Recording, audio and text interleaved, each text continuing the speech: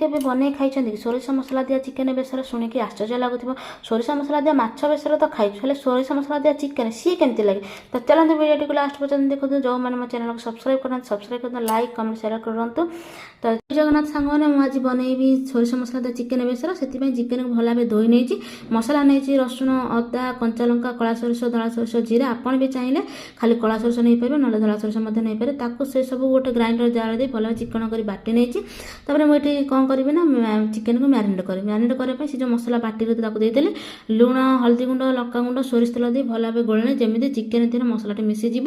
ତ ଆପଣ ଏଠି କ'ଣ କରିବେ ନା ଚାହିଁଲେ ରାଗ ଆପଣଙ୍କ ହିସାବରେ କମ୍ ଅଧିକ ଦେଇପାରିବେ। ତ ଏଠି ମୁଁ ତାକୁ କଭର କରିନେଲି, 10 ମିନିଟ୍ ପାଇଁ ଛାଡ଼ିନେଲି। ତାପରେ ଗ୍ୟାସ୍ ଅନ୍ କରି ଗୋଟେ କଡ଼େଇ ବସାଇ ନେଲି। କଡ଼େଇ ଯେତେବେଳେ ଗରମ ହେଇ ଆସିଲା ତାପରେ ମୁଁ ବୋଝେ ଖଣ୍ଡେ ସୋରିଷ ତେଲ ପକାଇ ନେଲି। ତାପରେ ଆଳୁକୁ ସବୁକୁ ଛାଡ଼ିଦେଲି। ତ ଆଳୁ ସବୁ ଛାଡ଼ି ସାରିଲା ପରେ ତାକୁ ଏପଟ ସେପଟ କରି ଚଲେଇ ନେଲି, ଭାଜିବା ପାଇଁ ଛାଡ଼ିନେଲି।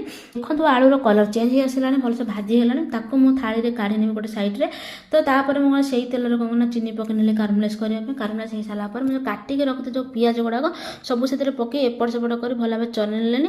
ଆଉ ଭାଜିବା ପାଇଁ ତାକୁ ଛାଡ଼ିଦେଲି ଯେମିତି କଲର୍ ଭଲ ଚେଞ୍ଜ ହେଇଯିବ। ଦେଖନ୍ତୁ ଏଠି କଲର୍ ବି ଚେଞ୍ଜ ହେଇଗଲାଣି, ପିଆଜର ଭଲସେ ଭାଜି ହେଇଗଲାଣି। ଏଇଠି କ'ଣ କଲି ନା ମୁଁ ଏଥିରେ କାଶ୍ମୀର ରେଡ୍ ଚିଲି ପାଉଡ଼ର ପକାଇଦେଲି କଲର୍ ଆଣିବା ପାଇଁ।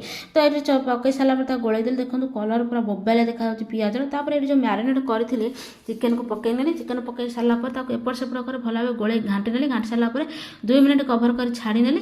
ତ ମୋର 2 ମିନିଟ୍ ହେଇଗଲାଣି। ତ କଭର କାଢ଼ି ଚେକ୍ କରିବି। ଦେଖନ୍ତୁ କଭର କାଢ଼ି ସାରିଲା ପରେ ଚିକେନର ଧୀରେ ଧୀରେ ପାଣି ଛାଡ଼ିବା ଆରମ୍ଭ କଲାଣି।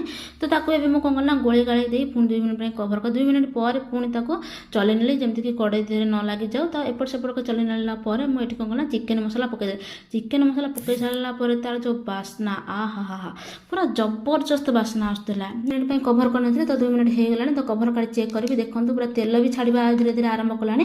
ଏଇଠି କ'ଣ କଲି ନା ମୁଁ ତାକୁ ଭଲ ଭାବେ ଗୋଳେଇ ନେଲି। ଗୋଳେଇ ସାରିଲା ପରେ ମୁଁ ଗୋଟେ କାଟିକି ରଖିଥିଲି ଗୋଟେ ଟମାଟୋ ଏଥିରେ ପକାଇ ନେଲି। ପକାଇକି ତାକୁ ଭଲ ଭାବେ ଗୋଳେଇ ନେଇକି ପୁଣି 2 ମିନିଟ୍ ପାଇଁ କଭର କଲି ଯେମିତିକି ଟମାଟୋ ଭଲସେ ସିଝିଯିବ। ତ ଏଇଠି ମୋର 2 ମିନିଟ୍ ହେଇସାରିଲାଣି। ମୁଁ କଭରକୁ କାଢ଼ି ଚେକ୍ କଲି, ଟମାଟୋ ବି ହେଇଗଲାଣି। ତ ଏଇଠି କ'ଣ କରିଥିଲି ନା ମୁଁ ଭାଜିକି ରଖିଥିଲି ଆଳୁ ପକାଇ ନେଲି। ତ ଆଳୁ ପକାଇ ଭଲ ଭାବେ ତାକୁ ଗୋଳେଇ ନେଲି ଯେମିତିକି ଆଳୁ ଆଉ ଚିକେନ ମସଲା ସହିତ ମିଶିଯିବ ଭଲ ଭାବେ। ତ ଗୋଳେଇ ସାରିଲା ପରେ ମୁଁ କ'ଣ ନା 2 ମିନିଟ୍ କଭର ଦେଲି। 2 ମିନିଟ୍ କଭର କରିଦେଇ ସାରିଲା ପରେ 2 ମିନିଟ୍ ହେଇସାରିଲାଣି। ତ ଦେଖନ୍ତୁ ଏଠି ପୁରା ଚିକେନ ଭଲ ଭାବେ କଷି ହେଇଗଲାଣି। ତ କଷି ହେଇସାରିଲା ପରେ ତେଲ ବି ଉପରକୁ ଭଲସେ ଛାଡ଼ିଲାଣି, କଷି ହେଇଗଲାଣି। ତ ଏଇଠି କ'ଣ କଲି ନା ଗରମ ପାଣି ରଖିଥିଲି ଫୁଟେଇକିରି ତାକୁ ଆଡ଼୍ କରିଦେଲି। ଆଡ଼୍ କରିସାରିଲା ପରେ ତାକୁ ଗୋଳେଇ ଗାଳେଇକି ଭଲ ଭାବେ ମିଶାଇ ନେଲି। ତ ଗୋଳେଇ ଗାଳେଇକି ମିଶାଇ ନେଇ ସାରିଲା ପରେ ତାକୁ 10 ମିନିଟ୍ ପାଇଁ କଭର କରିନେଲି। ତ ଏମିତି ମୁଁ ପୁରାପୁରି ଘୋଡ଼େଇ 10 ମିନିଟ୍ ପୁରା ଭଲସେ କଷି ନେଇଥିଲି। ତ ତାପରେ ଏଠି ମୋର 10 ମିନିଟ୍ ହେଇଗଲାଣି। ହେଇଗଲା ପରେ ଦେଖନ୍ତୁ ତ ଆଳୁ ବି ସିଝିଗଲାଣି। ତରକାରୀ କଲର୍ ପୁରା ଜବରଦସ୍ତ ଦେଖାଯାଉଛି, ପୁରା ବୋବାଳିଆ ଦେଖାଯାଉଛି। ବୋଝେ ଧନିଆ ପତ୍ର ଦେଇଦେଇ ଗରମ ମସଲା ଦେଇଦେଇ ଗୋଳେଇ ନେଲି। ତ ମୋର ରେଡ଼ି ହେଇଗଲା ଏଠି ସୋରିଷ ମସଲା ଦିଆ ଚିକେନ ବେସର। ତ ଆପଣ ଡେଫିନେଟଲି ଟ୍ରାଏ କରନ୍ତୁ, ବନାନ୍ତୁ, ଘରେ ଖାଆନ୍ତୁ, କମେଣ୍ଟ ମାଧ୍ୟମରେ ଜଣାନ୍ତୁ। ରହିଲି, ଜୟ ଜଗନ୍ନାଥ।